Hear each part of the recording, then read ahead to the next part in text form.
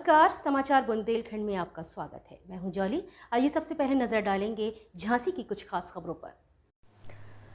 Bharatiya Janata party की योगी सरकार के 4.5 साल पूरा होने के उपलक्ष्य में भाजपा सांसद तथा विधायकों द्वारा सरकार की उपलब्धियों का बखान करने के बाद समाजवादी पार्टी ने भारतीय जनता पार्टी पर पलटवार किया है। समाजवादी पार्टी के पूर्व सांसद डॉक्टर चंद्रपाल सिंह यादव ने भारतीय जनता पार्टी के सांसदों तथा विधायकों के दावों को सिरे से खारिज करते हुए कहा कि सच्चाई ये है कि भारतीय जनता पार्टी ने 4.5 साल के शासन में एक भी नई योजना को ना तो लागू किया है और ना ही कोई विकास कार्य किया है। सच्चाई ये है कि भाजपा ने समाजवादी पार्टी के समय किए गए विकास कार्यों को नाम बदलकर ढिंडोरा पीटने का काम किया है। झांसी में सीपरी बाजार का ओवरब्रिज अखिलेश यादव ने मुख्यमंत्री रहते हुए शुरू कराया था। यह बात पूरी झांसी ही नहीं बल्कि पूरा प्रदेश जानता है। भाजपा ने सिर्फ उसके उद्घाटन का काम किया है। मेडिकल कॉलेज में 500 बेड का अस्पताल अखिलेश यादव अपने मुख्यमंत्रित्व काल में बना लिए थे, लेकिन भाजपा ने 4.5 साल में उस अस्पताल को पूरा नहीं किया। यदि 500 का अस्पताल पूरा हो गया होता तो संभवतः कोरोना काल में लोगों को अस्पतालों के बेड के लिए भटकना नहीं पड़ता और न जाने कितने लोग मौत के मुंह में जाने से बच जाते। उन्होंने आरोप लगाया कि भारतीय जनता पार्टी की सरकार कोरोना की दोनों लहरों में पूरी तरह से फेल साबित हुई है। यदि सरकार ने प्रयास किए होते तो लोगों को ऑक्सीजन उपलब्ध होती, अस्पताल उपलब्ध होते, बेड उपलब्ध होते और लोग रेमडेसिविर इंजेक्शन के लिए ब्लैकमेल होने पर मजबूर नहीं होते। लेकिन सच्चाई ये है कि भारतीय जनता पार्टी के पास ना तो कोई नीति थी और ना ही कोई योजना। भाजपा के लोग कोरोना काल में भले ही ना दिखने के बाद भी दिखने का दावा कर रहे हों, लेकिन समाजवादी पार्टी का एक एक कार्यकर्ता उस दौर में एक एक आदमी की मदद करने में जुटा हुआ था। उन्होंने कहा कि भाजपा सिर्फ धर्म, मजहब और जाति के नाम पर लोगों को आपस में लड़ाना जानती है। उसे ना तो विकास कार्य आते हैं और ना ही योजनाओं को बनाना। पूर्व सांसद ने कहा कि पिछले 4.5 साल में सरकार ने सिर्फ विकास कार्यों के लिए लागू की गई योजनाओं का नाम बदलने का ही काम किया है। कानून व्यवस्था के नाम पर भी सरकार पूरी तरह से फेल साबित हुई है।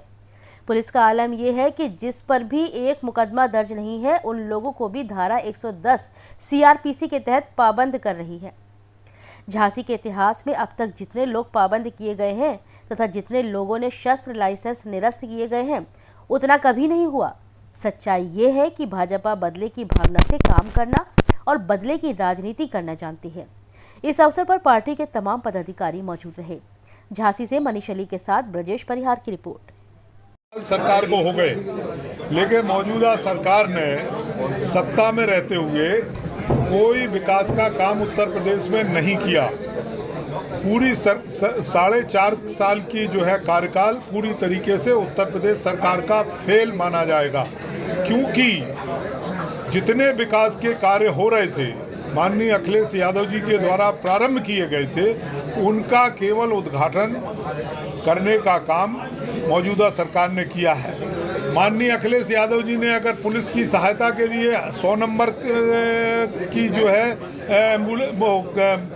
बनाई थी सूचना के लिए, वहीं इन्होंने उसको उठा करके 108 नंबर कर दिया। एम्बुलेंस 112 नंबर कर दिया। एम्बुलेंस 108 नंबर थी, उसके नंबर का परिवर्तन कर दिया।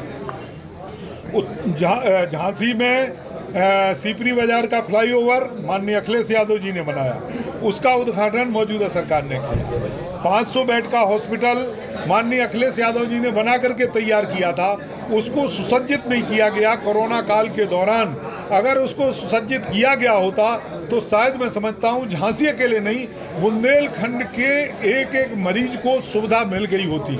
लेकिन केवल द्वेष भावना बस उस कार्य को पूरा नहीं किया गया कि लोगों में ये मैसेज जाएगा कि माननीय अखिलेश यादव जी ने कितना अच्छा अस्पताल बनाया, जिसकी वजह से झांसी में या बुंदेलखंड में किसी को दिक्कत नहीं हुई है। आज माननीय अखिलेश यादव जी ने सैनिक स्कूल बनाया जो आज सामने दिखाई दे रहा है।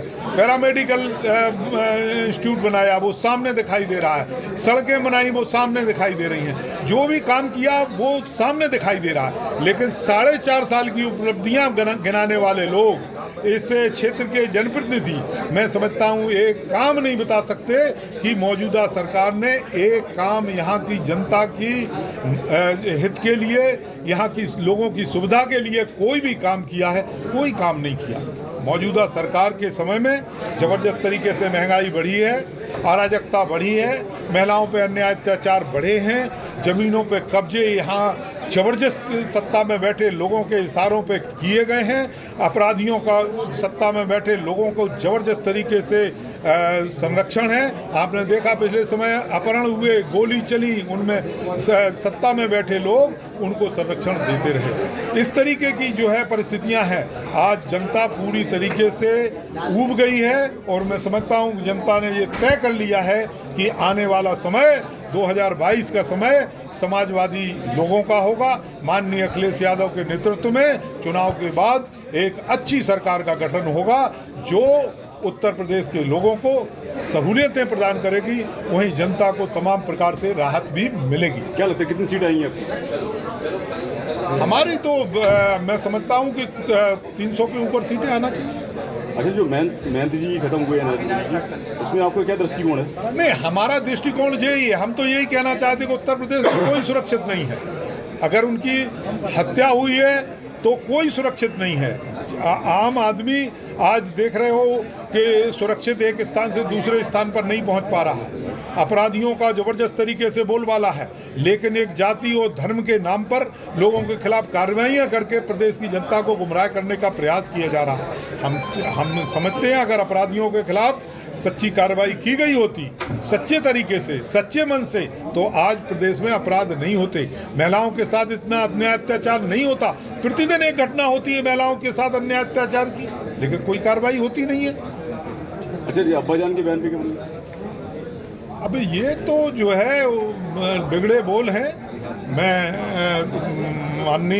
माननीय ने इस तरीके की बात कही है, मैं उनसे कहना चाहता हूं कि कोई जो बुजुर्ग हैं या जो हमारे सम्माननीय हैं या उनके सम्माननीय हैं, हमने उनके सम्माननीय लोगों के खिलाफ कभी इस तरीके के शब्दों का प्रयोग नहीं किया, लेकिन वो अगर कर रहे हैं तो हम उसको स्वीकार करते हैं। कोई ऐसी बात नहीं है, बजान हम हैं और उनको मानते हैं। कल उमा भारती ने बोला है कि